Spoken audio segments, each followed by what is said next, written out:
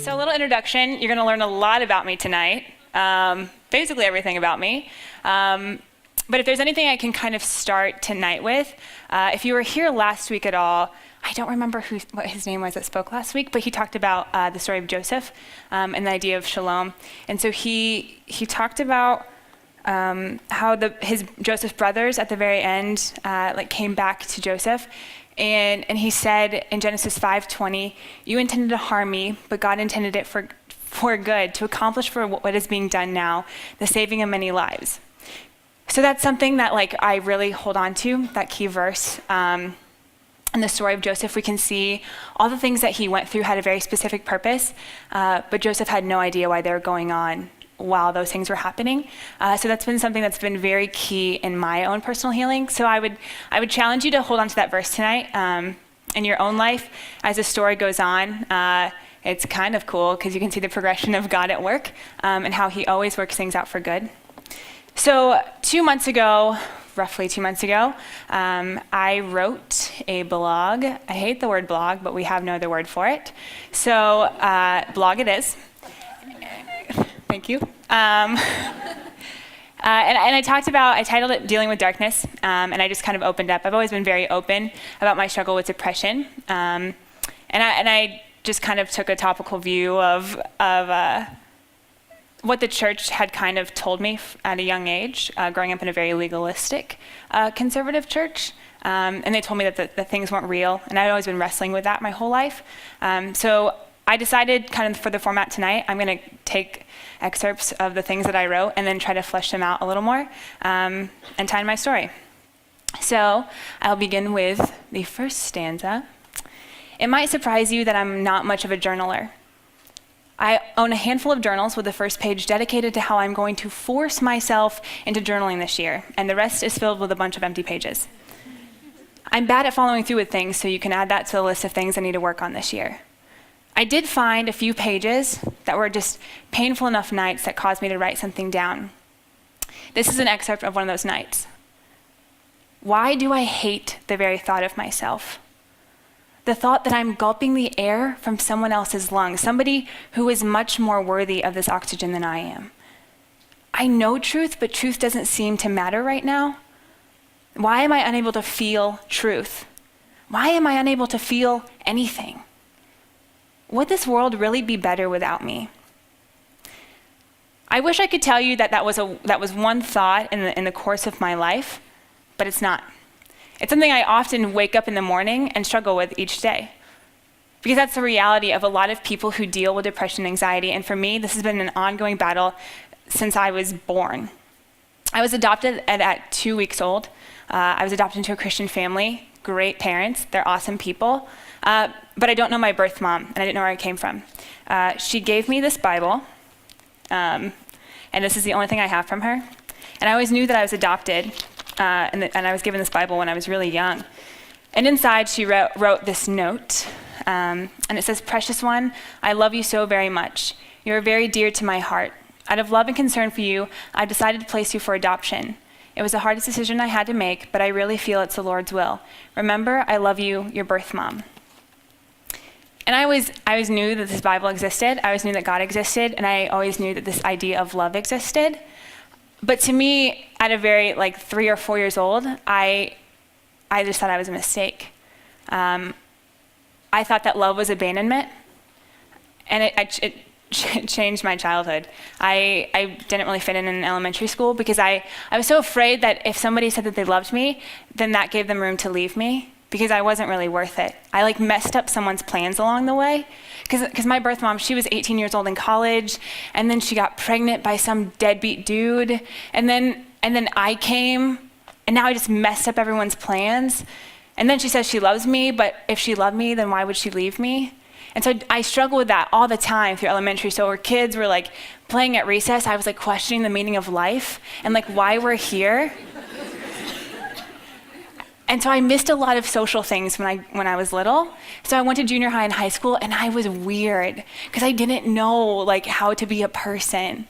And so when I got to junior high, I always knew God, and I didn't do anything super bad, I guess. But I turned 16, and that's a really rough year for everyone, specifically the socially awkward. 16 is weird.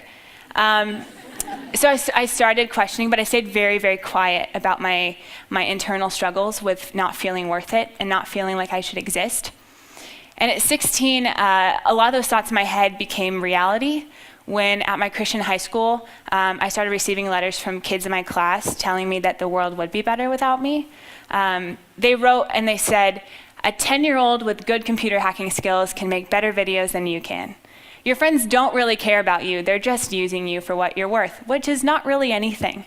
And maybe this world would look a little bit different and a little bit better if you stayed a little more quieter and you weren't here. And I said, all right, so I don't think I'm supposed to be here. You clearly don't think I'm supposed to be here. I will do the world a load of good and just get rid of myself. So I tried to commit suicide 2 times that year. The first, I was walking through my school hallway after science class, and I felt so invisible. My class was 50 people. Well, not 50 people, my entire high school was 50 people. It was a very small school. So to feel invisible in that small of a school, I don't know how they did it, but they did it.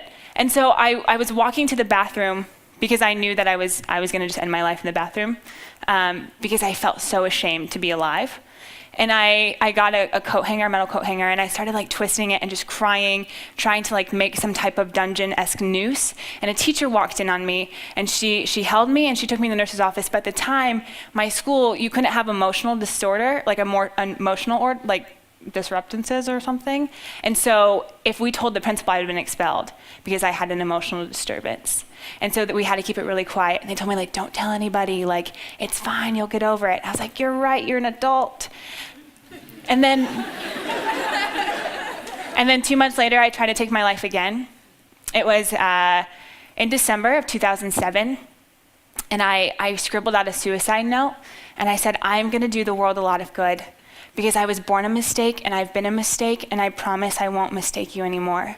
And so I grabbed a scarf off of my dresser and I just started pulling as hard as I could. Just Becky, come on, you're not worth anything. You're not supposed to be here. You're such a mistake, but why is this pain not going away? And I pulled harder and harder until I just lost consciousness and hit the floor.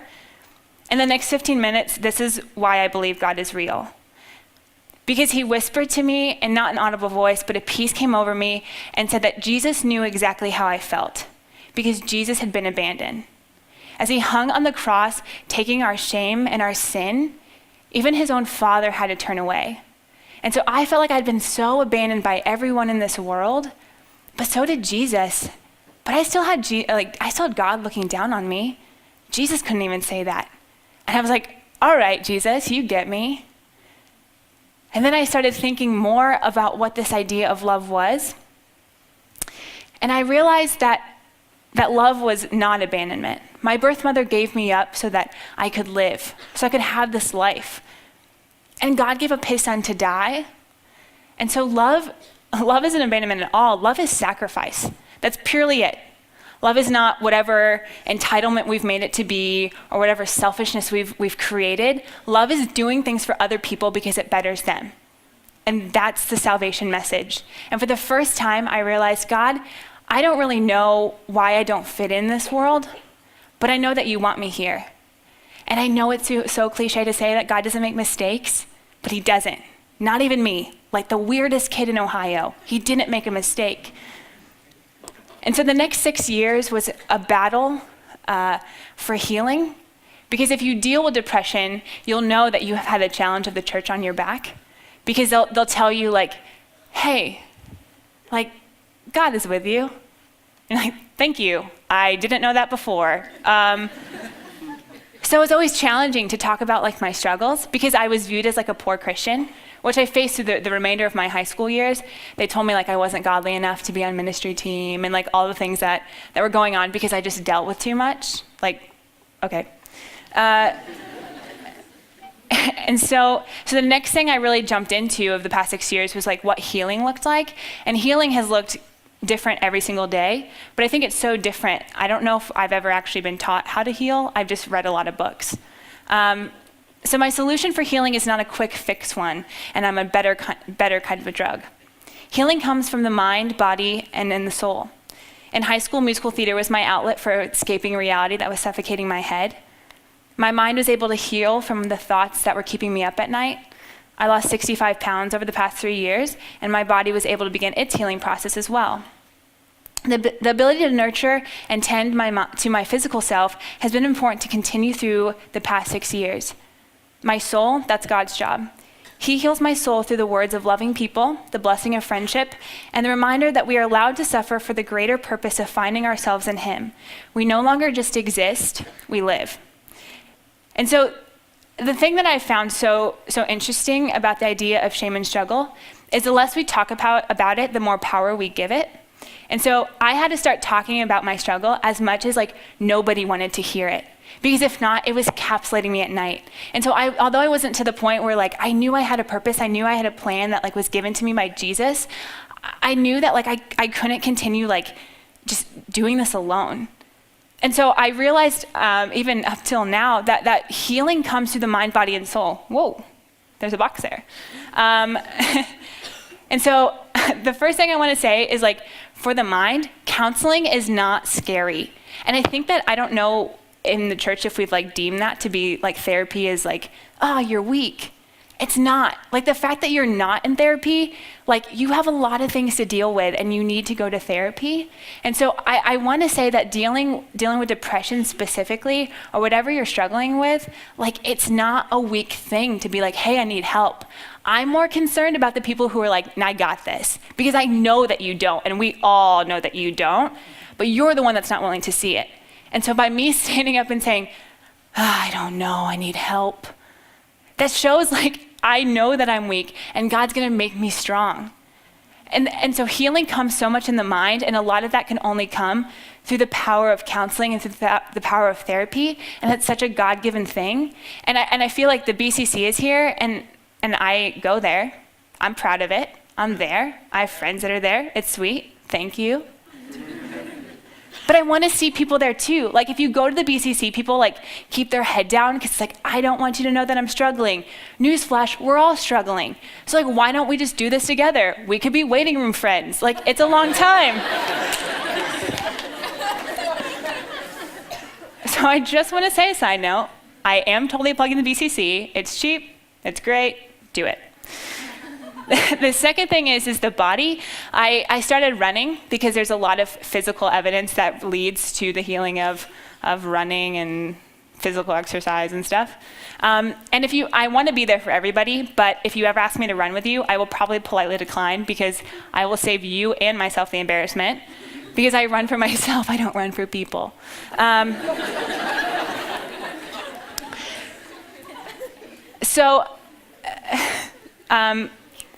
God has given us this great power to actually heal ourselves through Him. So He's given us the body. I have the ability to move my arm. God is not telling me to do this. And so we have the power to actually take healing into our own hands and be okay, God, you've given me the strength. I'm going to do something about it. So the longer that we just sit there and wait for healing to come to us, I think the longer we're going to be miserable. Because we can actually do something about it. I can actually go take a run and feel better.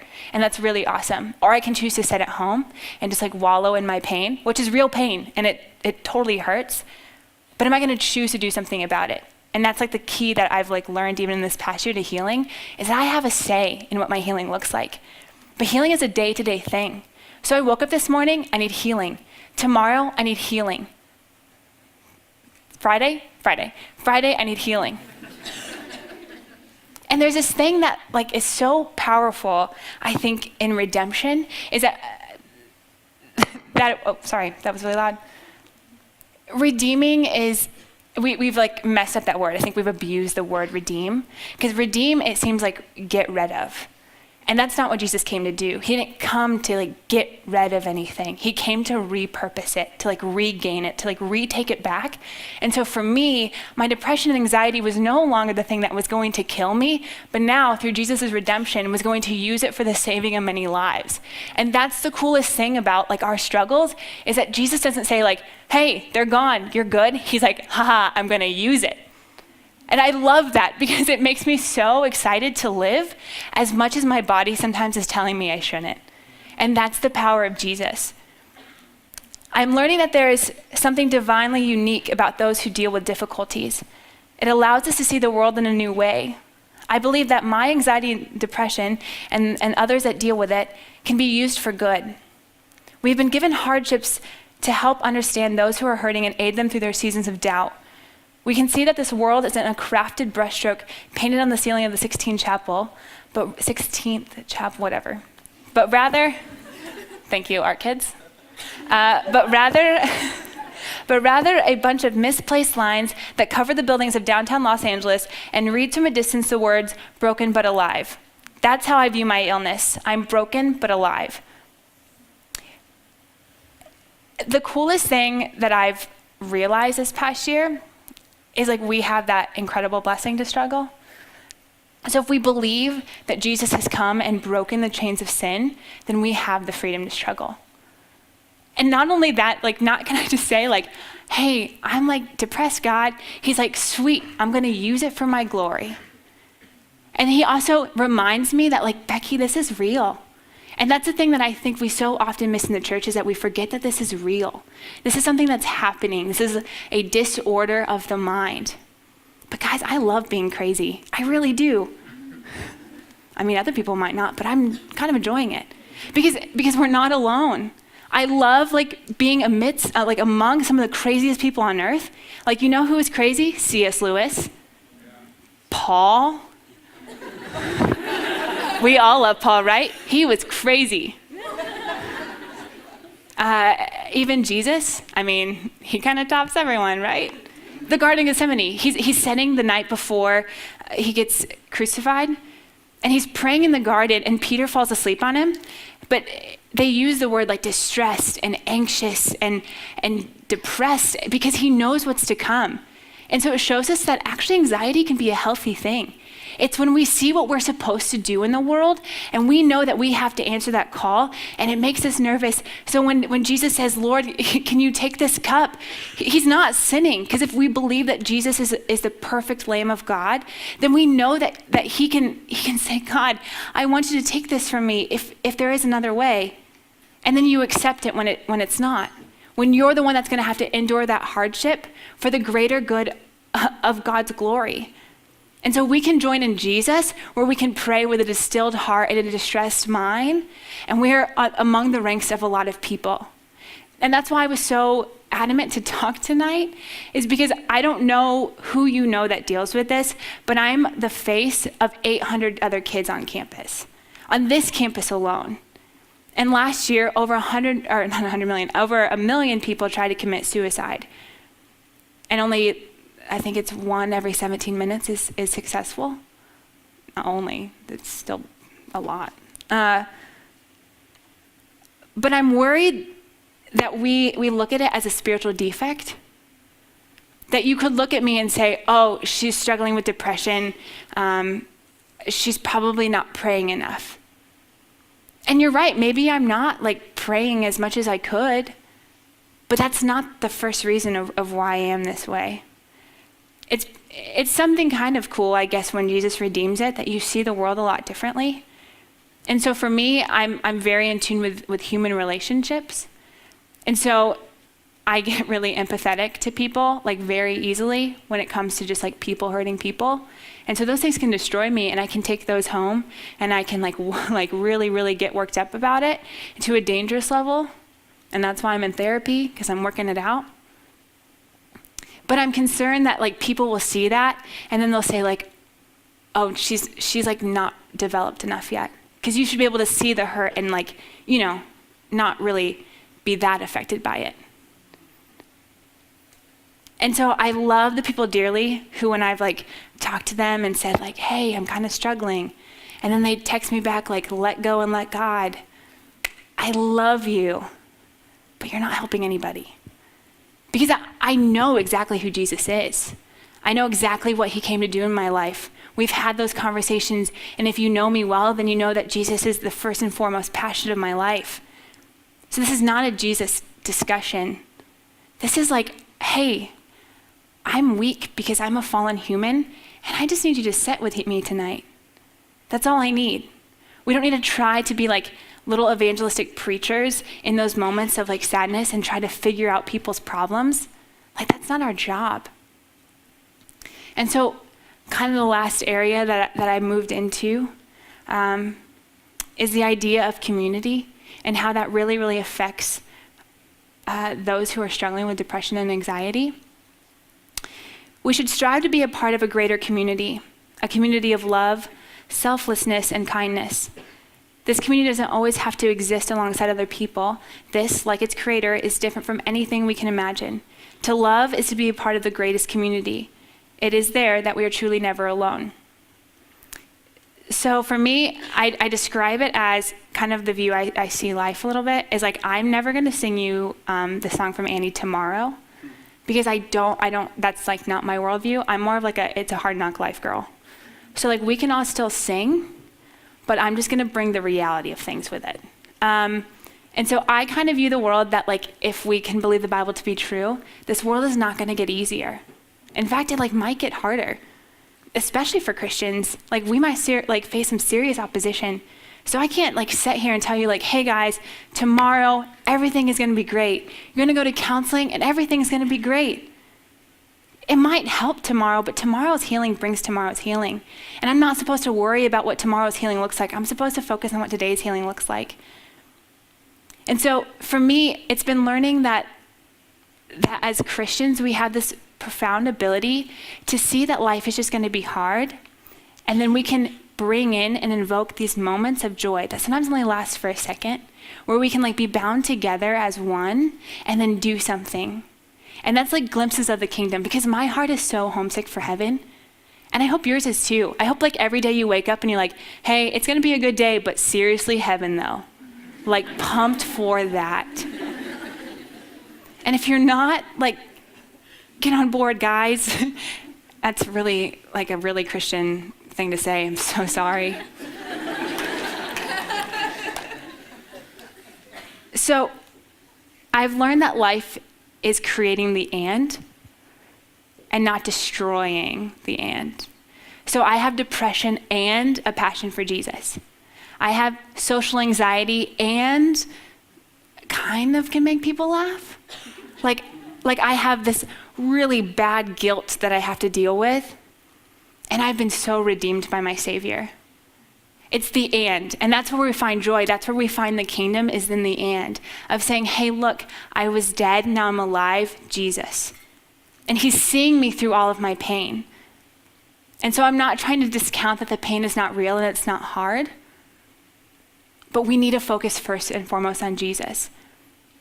So a couple of weeks ago, I had like a breakdown, and I didn't even mean to have a breakdown. It was just like, I had a breakdown.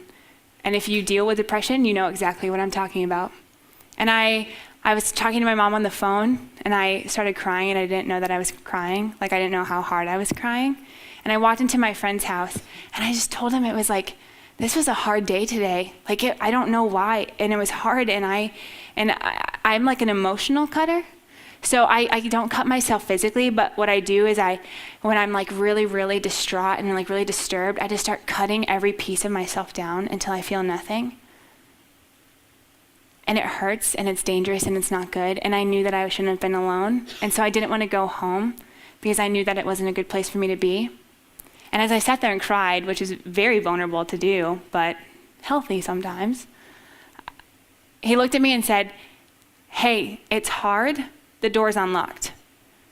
And I realized, like, we should be doing that here. Shouldn't we all be striving to be the people like, hey guys, like, it's hard, the door's unlocked kind of people? And I'm afraid to say that maybe we're not. Because we live in such this like entitled, like box kind of world that we are not looking for the needs of other people. And especially with something like anxiety, depression that we do not understand. And we've often been misled in so many ways, we don't even want to touch it. But students, us, we are dealing with some serious issues. And we need help, and we can do it with each other. Because I don't think that you can walk through this by yourself. I think you're fooling yourself if you think that you can continue to sit in this moment and say like, yeah, I don't need anyone. No one really cares. And so I don't care if anyone else in this room cares, like I care. And I know that there's a group of people here that do care. And there are going to be some people when you're vulnerable and you expose yourself to like letting that happen and like talking about what you're going through, it's going to hurt sometimes. People are going to treat you poorly. It happens all the time. But people are going to treat you poorly your whole life. But I promise you that you will find some sweet people. People who are just as broken as you. And they see you and they say, hey, I'm broken too. You're broken. Let's go change the world. Because that's where change comes out of, is brokenness. Because Jesus is the one that puts the pieces back together. And that's what invokes the biggest movements of all. So I'm not like a crazy optimistic person, but when it comes to the fact that I know like Jesus can create movements, like that's where my optimism comes from. So you can call me naive and throw some verses on me like, yeah, you can't change the world. All right. You go, okay, that's cool. Like I'm not going to believe that. I'm going to believe that Jesus fully can change anything that he wants to change. And so if I can kind of leave with this challenge, can I challenge that we start a movement, that we start a discussion? And it's not going to be an easy movement, but I challenge that we start a movement of healing, a movement of vulnerability, and a movement that begins to bring those glimpses of the kingdom with each other. Because if we can rally together, just this part of Biola, just this section, like we can see some major strides on campus, especially in the area of anxiety, depression. And we'll hear more stats and stuff later next week of what that looks like more at home. But like we can do something about this. And that's what's so cool and why I'm so passionate about it. It's like we have the ability to invoke some change because Jesus has given us the power to do it. So you can continue to walk outside and just be numb to all of this, but I ask that you don't. I ask that you go home and you pray that your eyes will be open to the people that struggle with this, because you don't know if one day in life you're going to walk through this too. And you are going to hope that somebody is there to walk through it with you. I promise. And so be that person now so that we can start exciting others, so we can actually have a community where like people feel loved, which is a crazy concept, but something we're supposed to do. Like that's sometimes my hardest thing with community is like we take things like something so simply of like, hey, the kingdom of God is just seeing others. That's the kingdom. And we do so bad at it because we let people walk by right in our midst. And it's so hard to watch. And I wanted to kind of like leave with one last thing. If you're in this room and this has been something that it's all too familiar for you, whether you have a close friend or you yourself deal with it, I just want to reinforce that you're not alone. Some of my like best friends deal with this, and if I didn't have those people to like be open with, like I don't know, I probably wouldn't be here right now. Because I was able to get help and get accountability and have people I can talk to. So you're not battling this alone. And I'm going to be really concerned if you think that you are. Because I have a room full of people who are like pursuing Jesus and like want to have a relationship with you too. We're called to that. We're called to be that for others. We hope you enjoyed this message. Biola University offers a variety of biblically centered degree programs, ranging from business to ministry to the arts and sciences. Learn more at biola.edu.